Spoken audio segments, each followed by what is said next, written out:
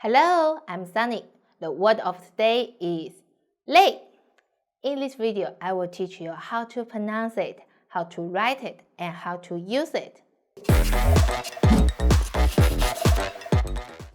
First, let's read together. 我们一起读累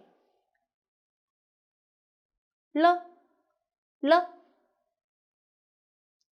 a together together. How to do lay good, and we go to full tone lay very good. Now let's write it. 我们一起写竖横折横竖横撇折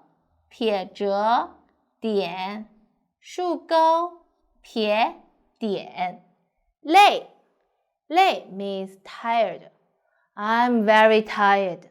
我很累 So if you like today's video, please like and share to your friends.